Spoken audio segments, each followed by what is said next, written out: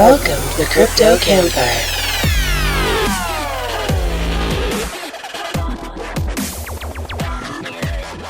Too old to be in a boy band, not enough beard for ZZ Top, Mitch, and the Professor.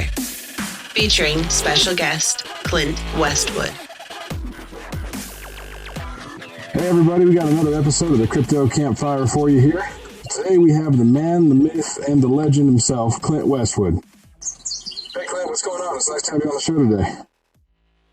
Oh, I don't know, man. I'm just sitting outside enjoying the campfire right now. Happy to have some friends with me. Hell yeah. Right on, definitely. So how'd you get into crypto?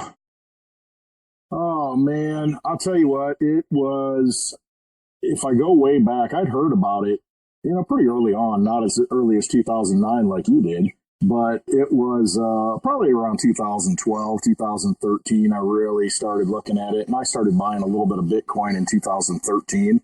Don't think I still have it, though. So that's gone. I got that. I remember sitting in the doctor's office with my wife, and my youngest daughter she was pregnant with her, and I'm sitting there watching. You could buy Bitcoin on Coinbase at that point, and I'm watching it just kind of like we do now, and when the green candles show up, just refreshing, saying, "What the? I cannot believe! Look at this thing move!" And she's like, "You better buy some." All nonchalant about it. And I ended up buying a little bit, and I didn't do a whole lot with it. I bought like 4 Bitcoin, I think, ultimately around $500 a piece. And I sat on it, didn't do anything with it, locked it up on a paper wallet. Didn't pay attention to it much. Had always been a fan of Cliff High. And he started talking about it hot and heavy in 2016. Man, this Bitcoin stuff. And he's throwing numbers out. And by the end of 2016, he's throwing this 488 out. It's going to hit this 3 times. And he's on the mark. So I'm paying attention to it. You get into 2017, you know how that went. It just kept going up. And I think I'm pretty smart, Hey, I'm going to unload some of this for some silver, man, because that's real money. And so that's most of the Bitcoin's gone. I rolled a little bit into Litecoin. But, I've always been a sound money guy just because of the older system that I really didn't have a lot of faith in. And so, you're kind of seeking out sound money, seeking out ways to freedom. And, gold and silver was always that kind of thing. It's constitutional money, right? Silver is. So, that's kind of what resonated with me until I got it. And really, in the beginning of 2017, and, I'd known about Bitcoin, I'd known about cryptos, I dabbled in them, I'd lost them on exchanges. I got stories of, thousands that have been lost in old school exchanges that shut down and took people's money. And so, it's legit, man. Get your coins off the exchange. But, that whole idea of sound money and having control and having it in your hand is what really resonates with me. And so, I had a hard time getting in my head as far as, this is a digital thing. I don't have it in my hand. I can't hold it. But once I understood and really paid attention in early 2017, mid 2017, and realized that the world is digital. If it doesn't work, we all die. Accept it and move on. And so, then I got it. I totally got it. And that's when I really started, I start going into, I'm 46, so I'm kind of in that transition phase like a lot of us, to where we're still kind of tied to the old system and kind of know, kind of what happened before us and sound money and all, but we're also in this newer age, and we have kids that are growing up in the digital age and realizing that, hey, we're digital right now, doing this interview. Everything we do is digital. And so once I embraced that and understood that internally, I'm like, man, this stuff is not going anywhere but up. And so that's when I'm all in. Totally. Since you want to hear something funny? Yeah. You want to hear what really lit my fire for cryptocurrency? I was at the bar with a buddy of mine, and it was after work. We were having a beer, and he pulls out his laptop and he pulls up Binance, and he's on the exchange. It was Binance or Poloniex.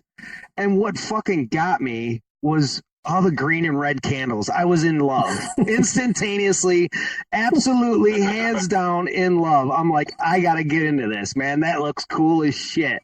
And that's honest to God truth what turned me on to crypto to start with. To follow up on that's exactly right, because cryptocurrency, what you were looking at right there was a picture painted of human emotion. That's really what it was, a picture unfolding of all these emotions from humanity going into it. You know, the pain and the joy and all of that was going into that market. And I mean, it resonated with you, and it resonates with all of us. I mean, you know, it's really an expression of all of our feelings.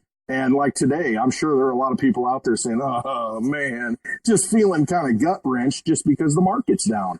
But it's really not down when you back up, you know? Hell no. I'm giddy like a motherfucker, man. Well, yeah. I'm like, yeah, give me some more of that shit. And see, that's it, man. You're like a new OG, man. You're just like, bring it on. Give me the special. I love it.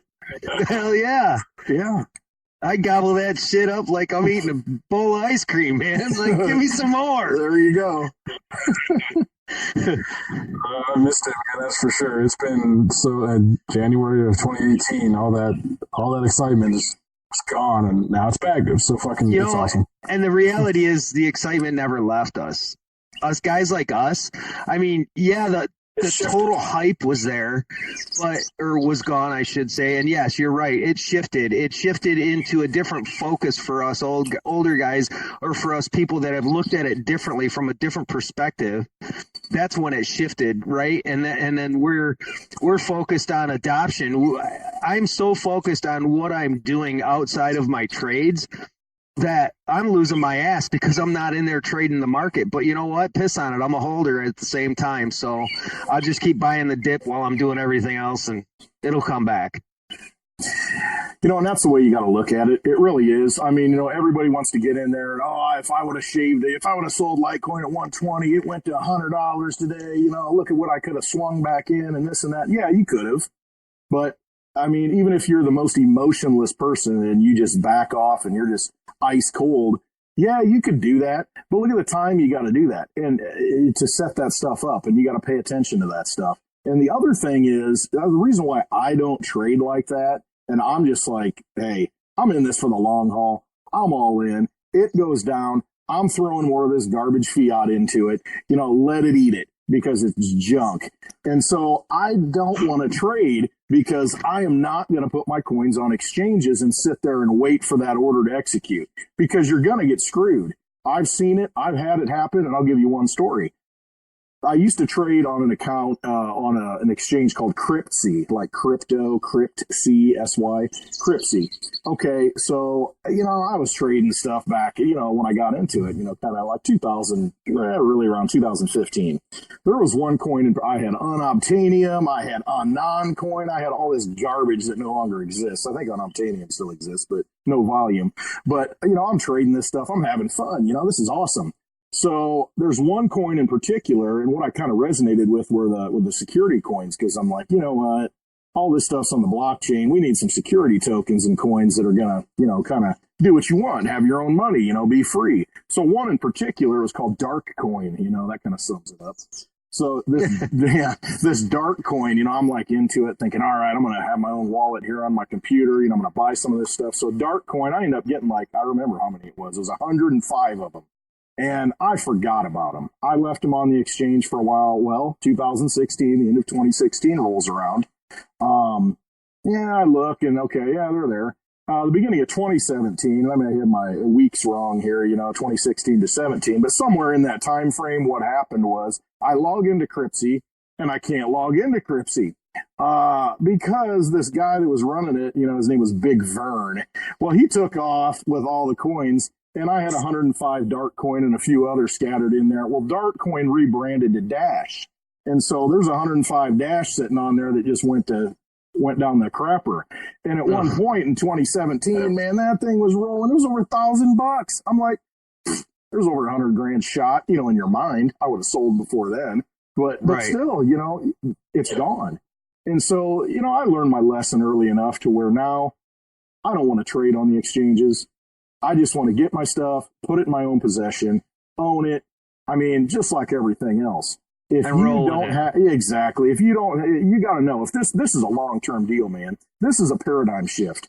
If you get into it and you understand it, what are you doing trading the stuff? I mean, you can do it, but you realize there's a big risk to it. You know, you're so far ahead of the rest of the population right now that you're already in the elite in the new economic system. You just don't know it yet. You just sit there, hang on to the good coins, and that's all you got to do. Add to it on the dips, just like Mitch said. Just add to it on the dips. You, sir, are a fucking scholar. I swear to God, you should write for a living. That was so poetic and so beautiful. I mean, come on, the paradigm shift here. What the fuck am I listening to? Oh my God, this is fucking awesome, bro. Absolutely awesome. I think we need to have a crypto campfire blog authored by. Oh my God. You know, the only thing that would make tonight better is if all three of us were actually sitting together around a fire drinking a beer, I think, and putting it on camera would be the only way to top this right now. I am on such a cloud right now, Clint. You just don't understand, bro. I mean, ever since you and I were introduced by J-Mac, Yep. this relationship has been fast and furious, bro. It's intense. I mean, and there's so much admiration flying back and forth from in both directions, right? 100%. That, you know, it's incredible. And to be given the opportunity for both of us to actually meet. We didn't meet by happenstance, I don't think. I think it was for a reason. I 100% agree with you, and I've said this. I mean, this could be chapter 1 of 10 chapters, man. I mean, there's so many experiences that I have gone through that validate exactly what you're saying. I mean, it's just, I came back from Blanco, Texas. I drove down to Blanco, Texas to the Bitcoin Bend, meetup that he had down there, the charity event. And I drove down there and I drove back. And I'm telling you, it was like a freaking vision quest because, no, seriously, man. I mean, it is just like this whole crypto thing is more than crypto. It's really, it's like a lighthouse shining out and calling similar boats to a central location. I mean, it's a spiritual awakening in a lot of ways, and crypto is just kind of the tool that's awakening us. I think it's always been latent within a lot of us, and it's almost like, hey, man, we fought this battle before. We are living at this time for a particular reason, and we are finding each other so that we are going to take this garbage down, and we're going to change things, and it will be a paradigm shift. Because I mean, I fully believe that. I mean, I've been brought to tears. You don't know how many times. I mean, just interacting with people. And when you go to June 22nd, when you go to New Jersey, I'm telling you, man, the energy of the people, just like what we're experiencing now, just that fire, that in the soul between us is what you're gonna see from so many of those people there. And it's really indescribable from the standpoint of you're all fighting the same battle. I mean, you really are at a really, really deep level. Right. Clint, do you know who Ray Kurzweil is? Yep. Nice. Singular. I mean, that's what it is. I mean, you're reaching that point. Exactly. That's what I was just going to say. You say paradigm shift, and the first thing that pops into my head is the singularity. And we have to, the concept of transcending technology and integrating with technology. And so cryptocurrency is only going to help enable that by enabling microtransactions between machines. And I mean, it sounds sketchy and sci-fi, but as soon as you integrate with a machine, you're going to need a way to pay digitally without, handing somebody something. And crypto is just one solid way of getting there. So yeah, we have a long ways to come. Mitch, if you haven't read that, check out The Singularity is Near by Ray Kurzweil. Say that again. The Singularity is Near by Ray Kurzweil. It's a book. It'll blow your mind. You got to read it. Definitely. I hate to say, I don't know how much time. I mean, if they have it on audiobooks, I might be more apt to get into it. It's just because I don't have time to sit and read. If I could listen to something like that while I'm working, that'd be off the hook. Oh yeah, I'm sure it's a long one, sort of. I mean, it's not super long, but it's it's not a real short read. Right. So I'll see if I can find an audiobook. Oh, that'd be awesome. Yep. That'd be awesome.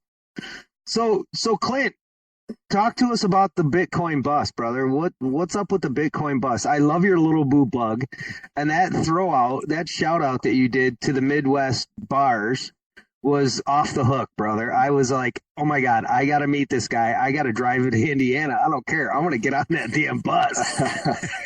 Yeah, exactly. Well, the story on that bus is, it's like everything else in this space and everything that happens in the crypto world. It's very synchronistic, and it's not by happenstance. I bought that bus. It's a 2003 bus. I had it, it painted a little bit and freshened it up. The reason why I bought it is because at the time, my wife and I were taking care of my mother-in-law who had MS, and she was in a wheelchair, and we were living with her at the time, taking care of her. And we bought the bus because it's got a lift on it, so you can get the wheelchair on it and load her up and take her to her doctor's appointments. Because, they're picking her up in this bus, this other, mini bus, and she's on it all the time. And, she's waiting. It's almost like you're the last kid to get off of school. You're sitting on this bumpy thing waiting to get home. And so, that happened too many times. And we said, you know what, we got to do something about this. And so we went and bought this bus and brought it back and, got it kind of, like I said, freshened up. And, we took her back and forth to doctor's appointments. And that lasted about a year. And then she passed away. We bought the bus in 2013 and she passed away in 2014. And after that, we said, what are we going to do with this thing? We really don't need it. We bought it for a single purpose. Well, my daughter at the time was about 10. And we started, just getting the kids together, friends, and had parties and took them to skating parties, took them to movies, pool parties, just load them up because it holds 16 people plus the driver, which is me. And so we used it for that. And I haven't put a lot of miles on it, but, she's 14, going on 15, going into high school. So we've kind of had a lapse where I haven't used it much. And I'm like, man, I've always thought about at these different periods, should I sell it? Should I get rid of it? And, I always hang on to it. Well, a lot of things have been going through my mind lately. And, it's interesting that you say, hey, we need to be sitting around talking about this right now outside by a campfire. I'll come back to that. But the Bitcoin bus, I'm just like, man, I just need to name it the Bitcoin bus. I've been thinking about it. And then I saw your video with J-Mac and I'm like, you know what? This thing's been sitting for a little bit. I need to get some use out of it. I'm just going to fire a video off. And hey, shout out any bars. Let's load this thing up. Let's go pay with Litecoin. And that's what I did, man. And it's just like a natural fit for that kind of thing. I thought, this is the use for the bus. And that's what I'm going to use it for. Yeah, man. That was totally perfect. I love that. I absolutely love that. That was great. That's awesome. We're going to have to charter the Bitcoin bus for the crypto campfire. Well, seriously, man. It's something like that. I'm outside of, I'm in Illinois. I'm outside of the Peoria area in a rural area.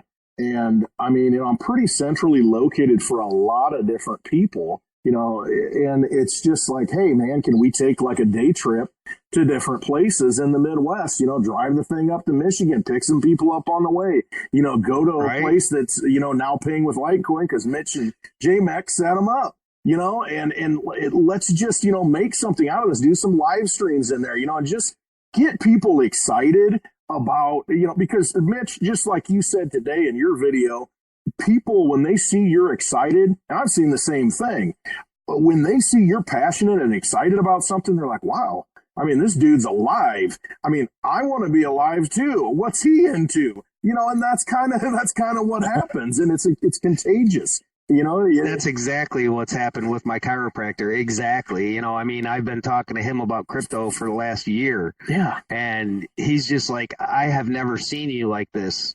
I've known him for 18 years now. Yeah, I've never seen you like this. What's going on? So I started talking to him, started telling him, and today was just off the hook, brother. I was on fire. Oh my God. It was amazing. The energy's fucking sick. People like to say that this isn't a revolution, but God damn, it's such a fucking revolution in so many different aspects. Like, not only is it a monetary revolution, but it's a revolution on the social aspect and giving a whole group of people worldwide, something new to be excited about and just get all fucking amped up about and go out there and talk about. And it's bringing people together. And it's not just connecting machines, it's connecting people, which is just a crazy side effect. But God damn, it's infectious. And it's educating at the same time. I mean, we've been dead for a long time, I think. I've felt dead for a long time. We go through the motions. We get our paycheck. Yeah, we got to trade. We do this, we do that. I mean, we raise our families, but we haven't, it's not like, hey, JFK saying, hey, we're going to the moon. I mean, we didn't have anything that we resonated with. We didn't have that to strive for. We've been living in the dark ages here in this country. I mean, both sides of the political aisle. And I'm not going to get into that, but it is part of it. I mean, we've been asleep. We've been dead. We have in our guts known that something is not right. And this is the first thing I've seen in my life. And my whole life, I felt like something's not right. Things are broken. The people running the show, they're not running the show the right way. We the people are not benefiting. We the people aren't free. And see, I felt that for a long time, my whole life. But now, I've kind of said, all right, I understand how we can break out of this, how we can have that revolution, how we can awaken each other. And, I've referred to it before. It's a great awakening. It's another great awakening in this country to where we are understanding the power that we have. I mean, we are sovereign individuals. We, the people, instituted government on a piece of paper because we wanted to do it. And we said it was so and made it so. And we're at that point again where, you know what? Things aren't working and we're going to change it. And we're finding like people through technology. We're using money through technology because we're willing to give it energy. I mean, that's what it all comes down to, man. It's we give it the energy. These old crusty bastards that have been running things, they're done. The war's already over. We've won. And we're just bringing the message to the rest of the people so that they can wake up because we're awake, man. We are completely awake. And there's a lot of us out there. We just got to find each other. And look, Mitch, like you said, I mean, how long have we known each other? We don't even know each other. We just know each other through a few tweets. But the thing is, our spirits, boom, have connected. I mean, that's right. We know each other from something else. I mean, again, it's like we've come back here to usher in a new age and change it and shift it and bring humanity back to what humanity really is. People are powerful. They don't recognize it. We need to wake that up in them. And seeing your passion, your chiropractor woke up today. Maybe not all the way, but a little bit. And see, that's what's happening. We're on the front lines of it, man. I got to say this part to that whole story with the chiropractor today. It wasn't seen in the tweets. It wasn't seen in the videos. But there was a gentleman there as I was talking to my chiropractor that came in and was kind of overhearing it. And he was like, what are you guys talking about? And I told him, he's, oh, yeah, blah, blah, blah. And I'm like, no. And so, we went back and forth and he's like, oh, but yeah, blah, blah, blah. And I said, no, listen. And the more I talked and then he goes, you're really passionate about this. I said, yes, hear me out. And I continued on with my talk to him. And by the time I left the chiropractor, this guy was giving me his phone number and said, I'm really interested in hearing more about what you got to say. He goes, yeah, I never would have thought that, and he's an older guy, probably in his late 50s, early 60s, a little bit older than myself. And he's like, I really got to hear what you got to say. You sound like you are pretty knowledgeable and what you're saying makes sense. And he says, I just got to have a piece of that. So I'm looking forward to actually meeting that guy. But going back to what you were saying, these things don't happen just because they happen. They don't happen by chance. I mean, the chance of me seeing that guy or him walking in and hearing what I was saying is like the chance of getting hit by lightning. It's so slim and minute. So there's a reason that happened. There's a reason on my way back to the house today, I said, I got to go see my chiropractor. And there's a reason I went and seen him today. So I don't believe everything just happens by chance, but I believe we as individuals make stuff happen. I 100% agree with that. I put out a little tweet the other day just because I got a new phone. I've had an old phone for a long time. It's just a little phone. I needed to upgrade. And, I've been putting it off. Oh, I need to call, didn't call. So I finally call, and I get a hold of just a wonderful young lady. Her name is Shakita. And I was talking. I remember seeing that. Yeah, man. I was talking to her, and we start going into, just back and forth stuff. And she brings up Enemy of the State with Will Smith. And we start getting into that, surveillance. And she's like, man, my kids, I tell them about Facebook. I deleted my Facebook account, and, I don't do social media. And, and I start talking to her, and I said, yeah, man, hey, that's right up my alley. And I said, but I am on Twitter. And she said, I'm going to sign up and get Twitter after I talked to her about Bitcoin and, explain to her how quick it is. It's like, I can pay you and there's no bank involved. It's boom, you get it. She understood Cash App. She said, it's like Cash App. And I said, it's very similar to Cash App because Cash App is like that to where, you send value instantly and it goes. And so they understand that even though that's still tied to a bank. And I said, but you can buy Bitcoin on Cash App. She's like, really? Because I've heard of it and I just didn't really know how to get it. And so she said, well, next time I get paid, I'm going to buy $10 worth. I said, every time you get paid, just put a little bit into it and sit on it. I said, you won't regret it. And she said, that I'm really glad you brought that up because, I've been trying to think of, what do I do for my kids? What do I do to give them something of value, down the road? And she doesn't know what to do because she's in the same boat that all of us are to where all we see is devaluing currency. All we see in our lives is inflation. Litecoin Moses, you've probably seen him. He had a great picture, and it's so true. He had a great picture in a tweet the other day. It might have been yesterday to where he said, this is how I measure inflation.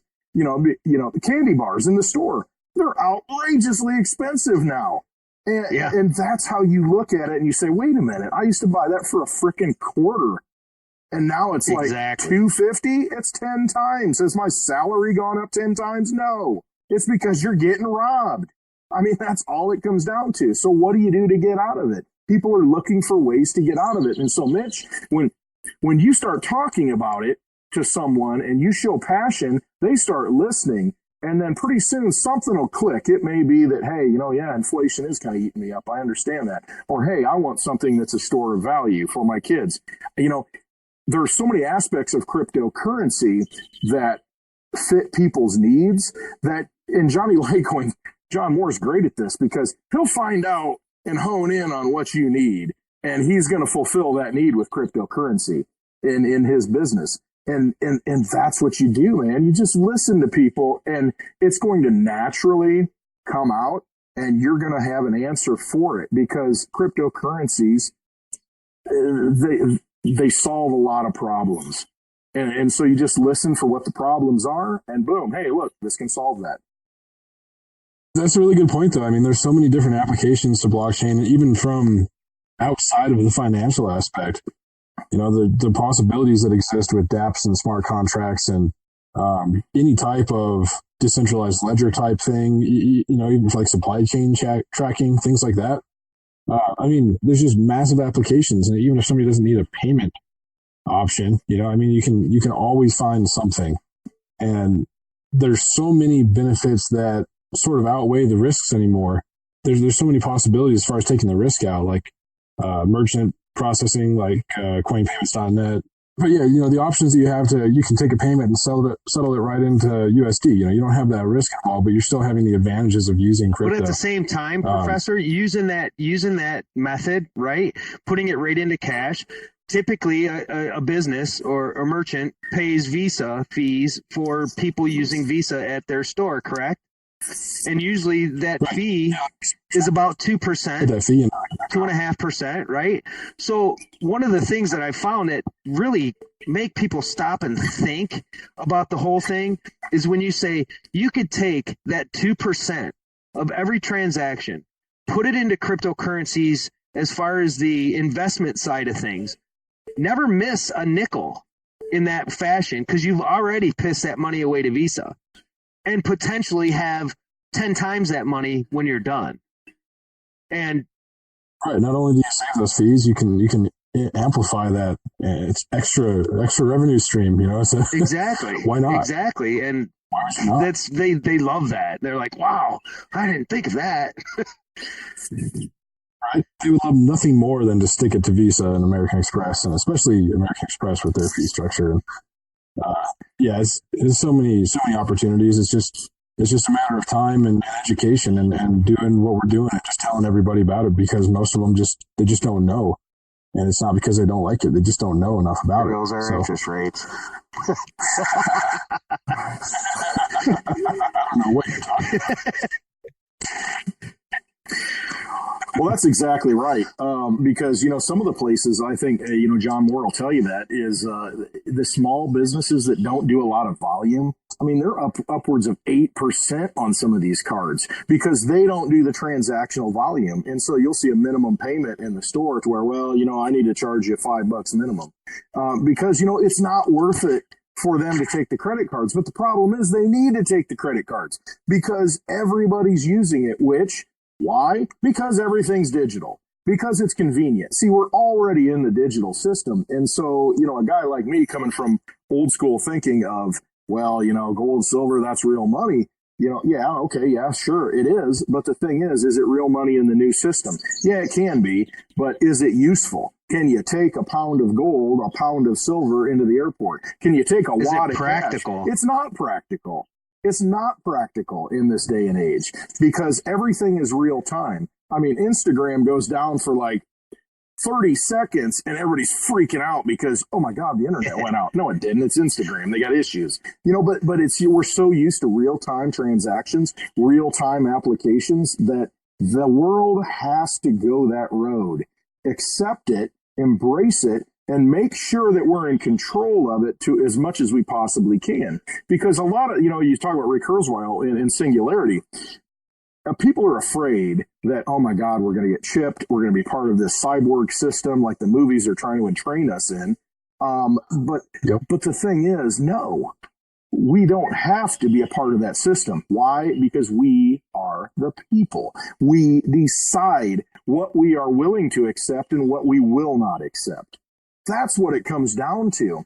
So, but the only way to achieve that is unity. It is community. Exactly. Bringing people together.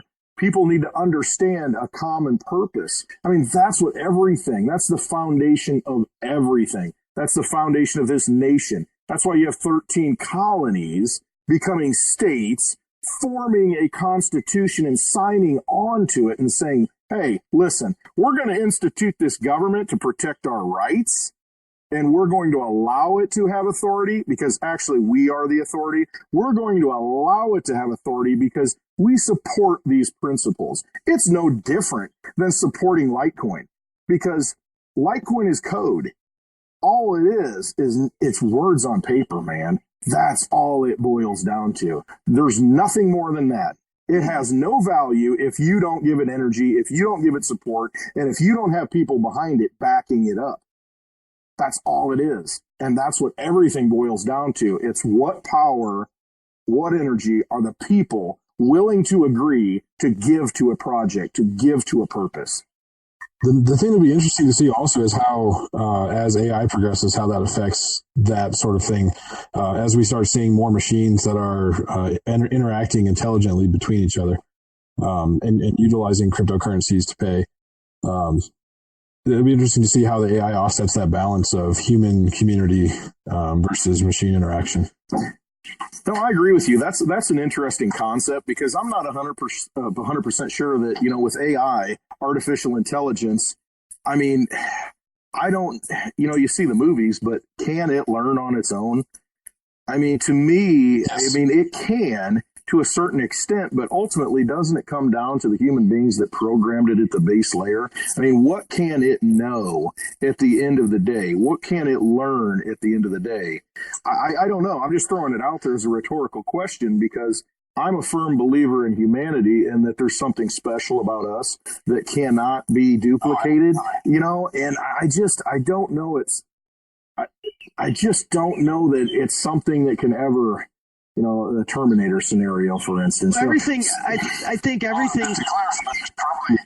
I think point out that I'm not really getting at like an AI sitting down and being like a person and then taking over, but rather machine learning techniques and AI type technology where you have a machine that needs to send payment to another machine or interact with any other number of things. And rather than just having a specific set of instructions that it can follow, it can learn over time and adapt and execute different instructions or refine its instructions more or less.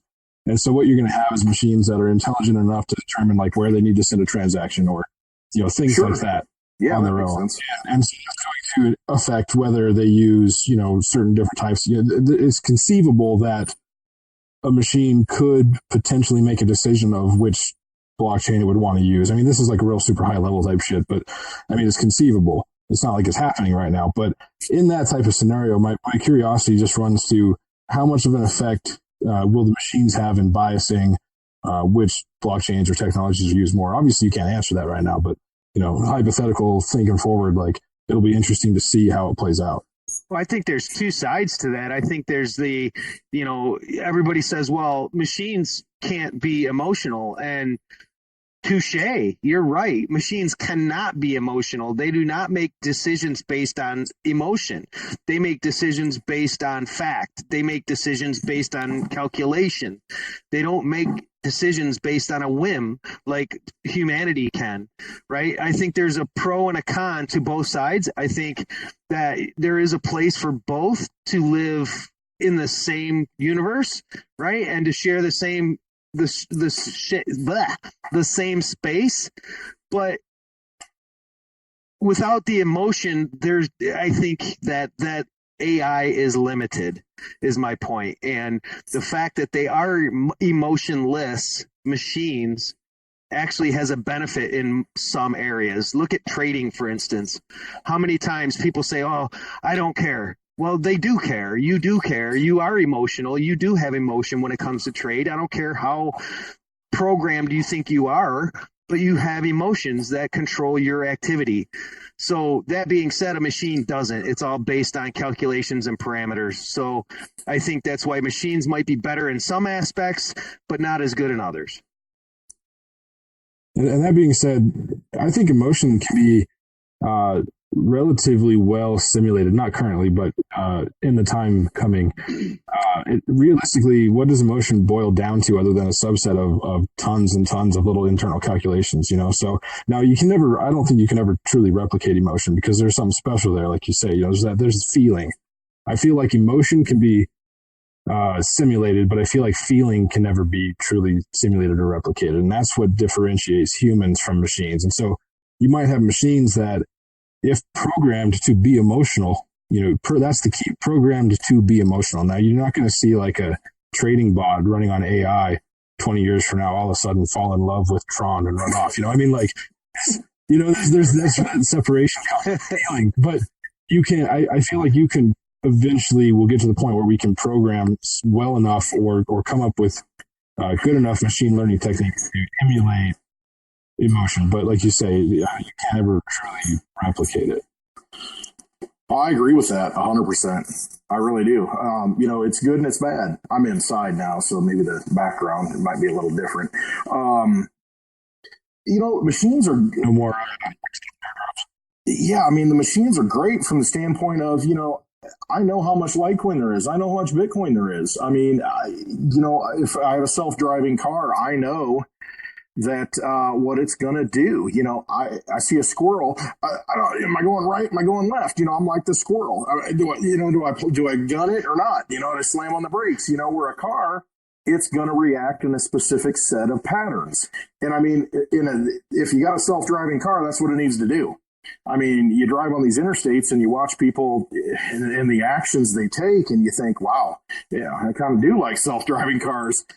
So I mean, really, and it gets to that point where, yeah, we can emulate emotion. I think we can emulate the emotional decisions. And I don't want to go down this rabbit hole too far, but Yeah. that's coming though. I mean, these are things that we need to look at and think about as a species, as humanity, because, we don't want to lose our humanity either. Right. I like trying to think further out in the future than I probably should. But I like to see, like if I go down this rabbit hole, like what problems does it come up with, and maybe we won't venture down that rabbit hole, but maybe we do, maybe 15 years we find ourselves right there in that rabbit hole, and I've already thought about it. So, it's unlikely, but I like it's entertainment if nothing else, right? Kind of. Yeah, you got to think ahead. Who knows what's coming? I can't even imagine. Look what we've done in the last 20 years. No, absolutely. Absolutely, man. I mean, I never thought I'd be using digital money, that I can't hold in my hand or put in my pocket. And here we are. Right? Windows 2000, 19 years ago. Dude, that good OS. I've got a customer actually running that still. Man. So I was one of the most Clint, let me ask you a question, bud. What is your favorite CT personality? Do you have one?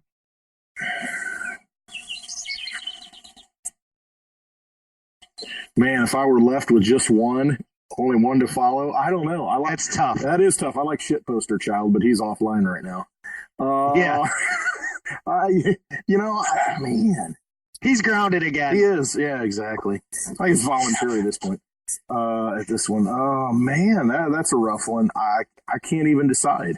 There's just the whole thing. It's the space. That's really what it comes down to. It's the whole ecosystem of crypto Twitter that's just amazing. I mean, there's so many good people in it, and I love the platform from the standpoint of I don't want to be doing YouTube videos and 20 minutes here and there. I mean, it's pretty cool that you can just throw out a 2-minute video and people see it. And you get your message out there. Yeah, man, I don't know. I can't choose that. Sorry. It's a hard one. We forgive you. Speaking of crypto Twitter, have you had a chance to try and interact with any quote unquote normies with the "Do you own Bitcoin" hashtag? You know what? I haven't done that yet. No, I did see you tweeted that out. I have not done anything with it. I've been mowing all day, man. I don't even. Seriously, I tell you what. I got. Let's backtrack. I said I was going to backtrack to that with the Bitcoin bus. I've got, where I live. I've got some property, and I made a few, subtle videos on Twitter.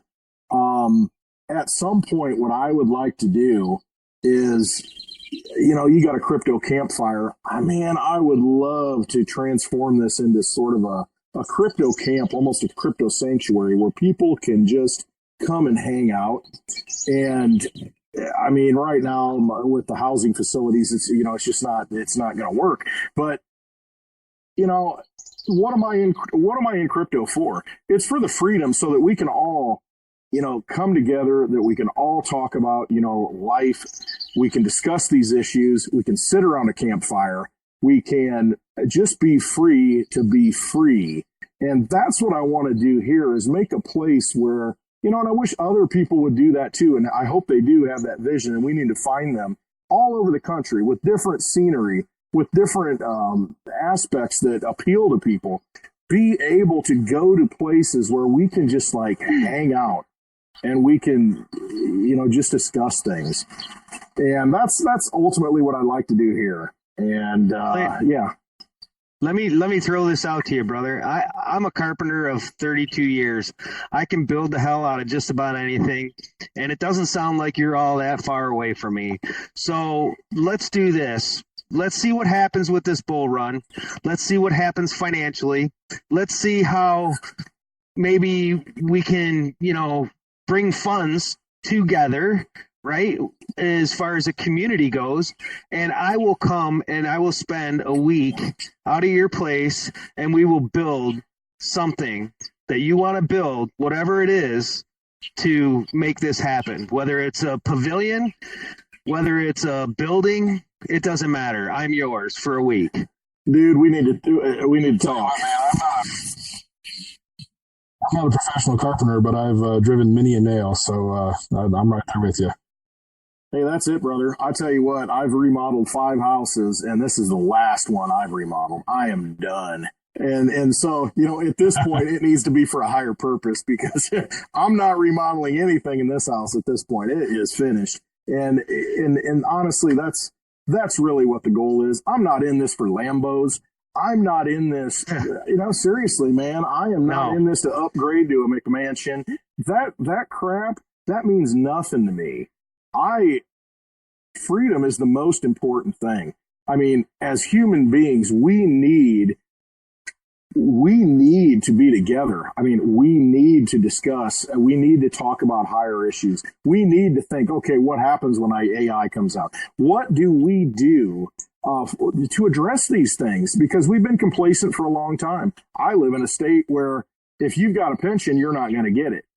I mean, it is, we've let things go too far, and we kind of need to get back. And that's why, I do kind of the videos with the birds in the background, because that's the kind of thing I appreciate. I appreciate nature. I appreciate reality.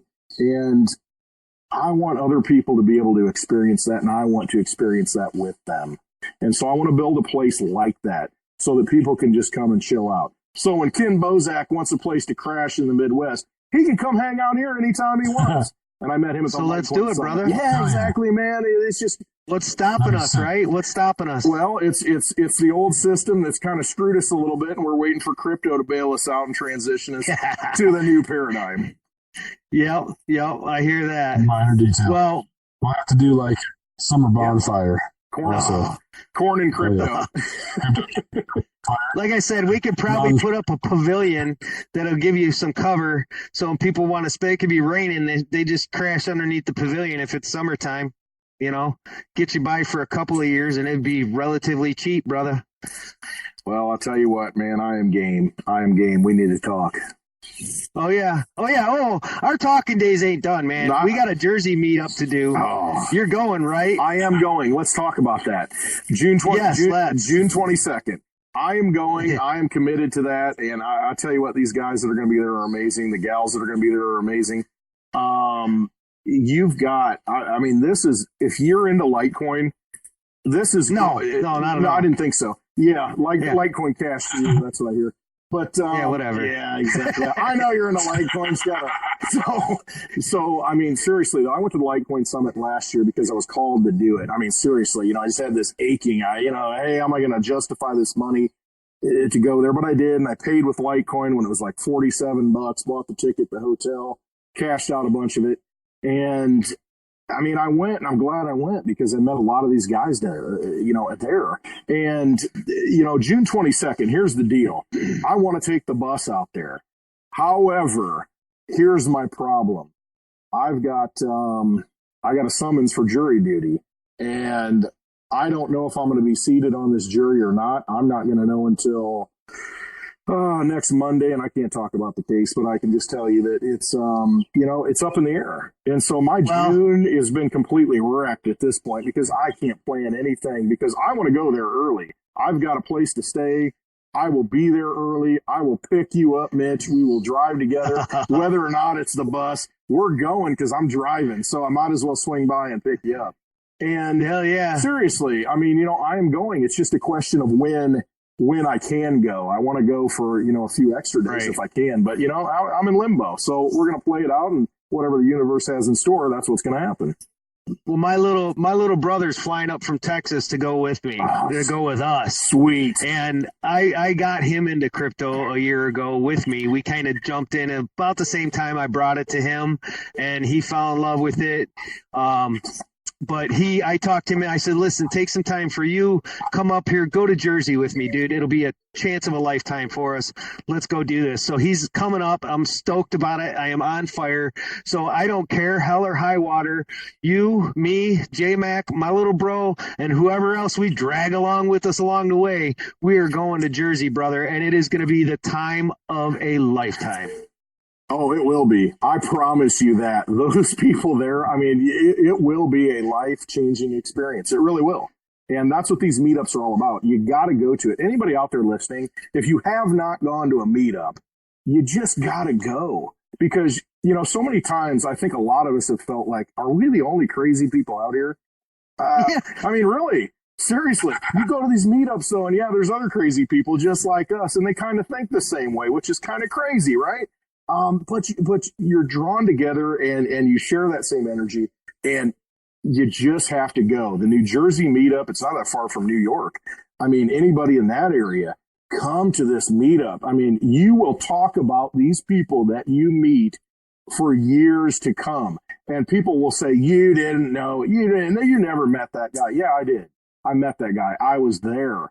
And that's what you're talking about here. We are so early in this game that, I mean, we're going to look at the next superheroes. I mean, these people are going to be legends, and they kind of are already, but in our minds, but in everybody else's mind, they're going to look at it and say, wow, you actually hung out with that guy and drank some beer? Yeah, we did. Exactly. We were there, man. Here's the picture, mofo. You know?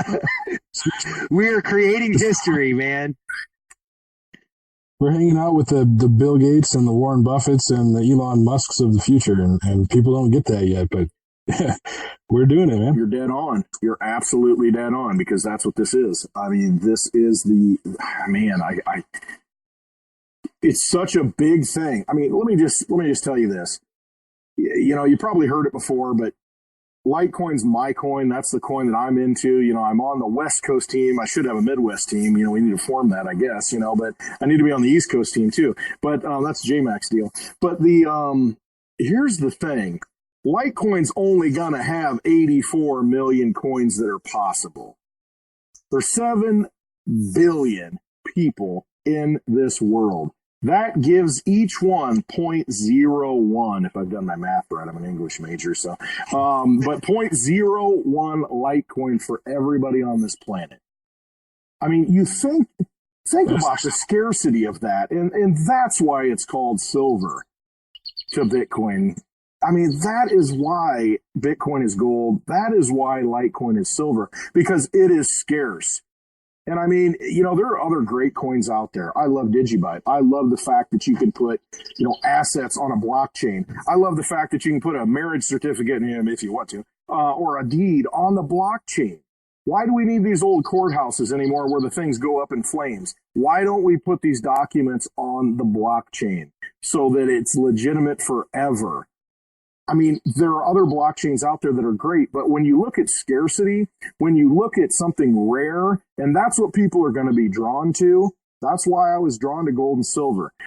When you look at something scarce and rare, you look at Bitcoin and you look at Litecoin. And if everybody in the world can only own 0.01 of a Litecoin, if it were distributed equally, and that's without all the ones that have been lost, I mean, you think about how early we are to this. One Litecoin, when you look back in 10 years, is going to be, how did you get one Litecoin?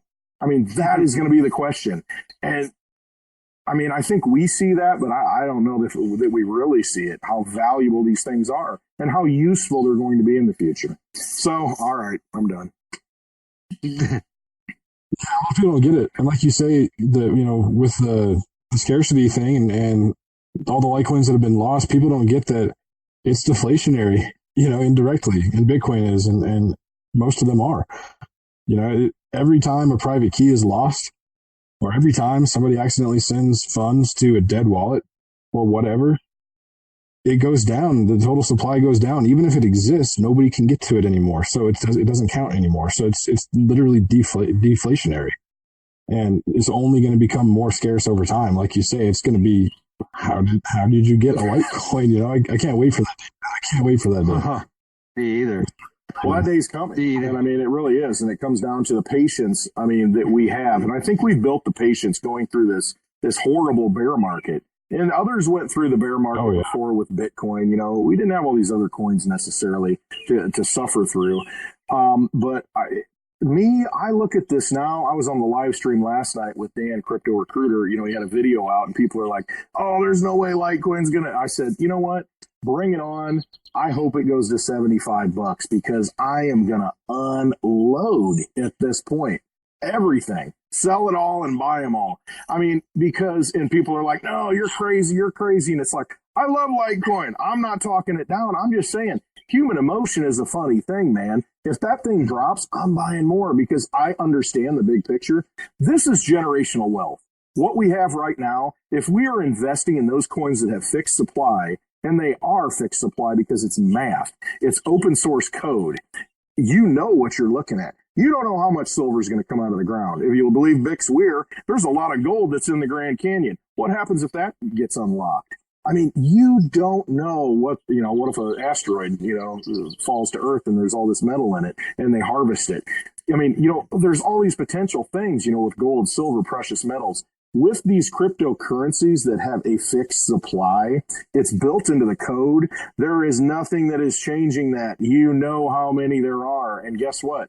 There's less than what you think. Just like you said, Professor, it's gone. It's lost. They sent it somewhere. They put it, it wasn't worth anything. So I bought a pizza with 10,000 Bitcoin, 2 pizzas. You know what I mean? Because, whatever, it's not worth anything. And so they give it away. So, I mean, we're at the early stages of this. We may think that we're late to the game. Oh man, I wish I would have bought Bitcoin when it was, $20. Nah, dude, back down and step back because look at the big picture. Again, just do the math. 0.01 Litecoin for every human being on this planet. That's it. That's great. That's crazy shit. So basically, we've come to one major conclusion, I think, during this entire broadcast, is that everything in life, everything in cryptocurrency comes down to one tangible thing, and that's called relationships. That's called becoming aware of other people with your same goals and desires, and in connecting with those people, connecting in a way that you normally wouldn't connect. And, without relationships, what do we have? Just like you said, wanting to build this pavilion, wanting to, make a place for all of us to come together and have a bullshit session and enjoy each other's company and enjoy conversation of people of the same mindset and people with different backgrounds and people with different brains. It all comes down to that one thing, Clint, and that's relationships. Absolutely right. Because if you think about it, when you're dying in that hospital bed, you want somebody at your side holding your hand, don't you? At the end of the day, you want a relationship with somebody. You want to be able to press that flesh. You want to be able to have somebody who cares about you. And if you don't have that, man, you're going to die unhappy. Live the life now, find those people, share that energy. And, crypto is just one way to do that, in this new digital age. We just have to do that. And I'm just trying to bring it home, man. I'm trying to take that digital handshake and make it a real handshake so we can all hang out together and I can bring beers to everybody and I'll keep throwing logs on that fire, man. Hey, you just named the date and we're there, brother. We are there. But this has been an incredible experience. I can't say that enough. Meeting you, this whole thing, this entire year and a half of my life, this podcast right here sums it all up in one point, and it's relationships. And I want to say thank you so much, Clint, for coming on our podcast tonight. This has been amazing. I look forward to spending more time with you. Oh my God, this is going to be a crazy summer, brother, and it's just beginning. So, that being said, man, it's been real, it's been fun, and God dang it, it's been real fun. It's been an epic podcast, man, that's for sure. Well, I'll tell you what, guys. I love you both. I haven't met you in person, but, I can say that. Both of you guys, I love you. And if I could give you hugs right now, I would. And I would ooze that love right out of you and suck that up like a vampire. I'll tell you, we're going to meet in person. So I appreciate you guys, reaching out to me and, just wanting me on your podcast. It's an honor. It really is. It's very humbling that you even care to have me on. Thank you. Thank you. Big fist bump right now. Thanks a lot, guys. Hell yeah, brother. We'll talk soon. Have a great evening, Clint. You too. Thank you. Clint has so much fucking energy, man. It's so cool. I'm glad you got him on here. Oh my God. All three of us on one podcast. It's nuts. It's all. I wish we didn't have to use this particular app, so we could have really had a hell of a conversation. But we're gonna have to get this fixed, and we're gonna have to do a part 2 because, I mean, seriously, I say that every episode, but I mean, like we're literally never done. We always have so many more things that we want to talk to these people about, and especially Clint. But I mean, I always say we have to have a part 2, but it's time to start scheduling part 2s, damn it, because there's too many questions, too many things, too many stories. We do. But, I mean, how do you combat our schedule, right? The only way to do this is for our tip jar to fill the fuck up, and we can not have to work as much and actually take days and do 2 or 3 podcasts a day, 2 days a week. I mean, it's the only way that this is really going to happen, brother, because I can't afford to not work. You can't afford to not work yet, but those days are coming, right? Oh, hell yeah. We can still get our 3 episodes out a week and keep everybody well enough fed, but pretty soon down the road, we certainly hope to be able to give you a whole lot more than that. The problem is there's just too many amazing fucking people in crypto Twitter, brother. Right, that's it. Like, we don't run out of guests. I can't believe we're already booked out as far. We're into July already. Yes. Like, we just started this shit, like, literally a month and 2 days ago. So, does it get better than that? I mean, this is cool. I'm on cloud nine. Oh, my God. And like, we haven't even made $1 on this, and it's because it's not even about the money, like it's just such a good time. Like, I don't give a shit about the money. I'm just having a good time. And so, like, this isn't going away. I don't care if I spend every last dollar I have on this into the ground. this is like, I need this in my life. Oh my God. It's never going away. You and me both, brother. You and me both. It's got, you're right. I haven't made a nickel because of this, but I've made a fortune because of this, if that makes any sense. Like, the topic of the episode on accident is relationships, and how far I've come on that front in the past year, and you and everybody in crypto Twitter, it's just like, it's a whole new world, man. It is, and I'm just blessed to be a part of it, brother. It's killer. I'm so glad we're doing this. Oh, yeah. Guys, thank you so much for joining us tonight. It was awesome having Clint on the show. I definitely want to do a part 2. I'm definitely fired up about going to Jersey. I'm definitely fired up about the professor and I going to Clint's place and building some shit that we can all hang out in, guys. I am just, this is going to be an epic freaking summer. I can't wait. And speaking of epic, we have a very special podcast coming up on July 4th, and we will drop the details on that in 2 weeks from today. We're going to try that Justin Sun hype. Yes. Announcing an announcement. There's going to be an announcement on June 18th. There you go. And then on June 18th, I'll announce that we'll announce it in 3 more days. Right. And then but we're not going to pay $4 million for something, so don't worry about that. I would definitely sit down with Warren Buffett and have a steak dinner, man. No, Warren Buffett's going to want to fucking sit down with us, brother. Right. That's the attitude. Right. He already does. Right. That's the attitude, right? Guys, have a great night. Man. Again, we do this for you. We hope you enjoyed it. I can't imagine you not enjoying this. This was amazing. I had so much fun talking to Clint. Oh my gosh. He's the shit. Yes, absolutely. So that being said, Professor, you got anything else? I've got nothing. I've got hours and hours Right? of shit. Nothing that it's not going to take me down a rabbit hole. So, Right on. Enough said. All right, guys, we're out of here. Have a great evening. later. Peace.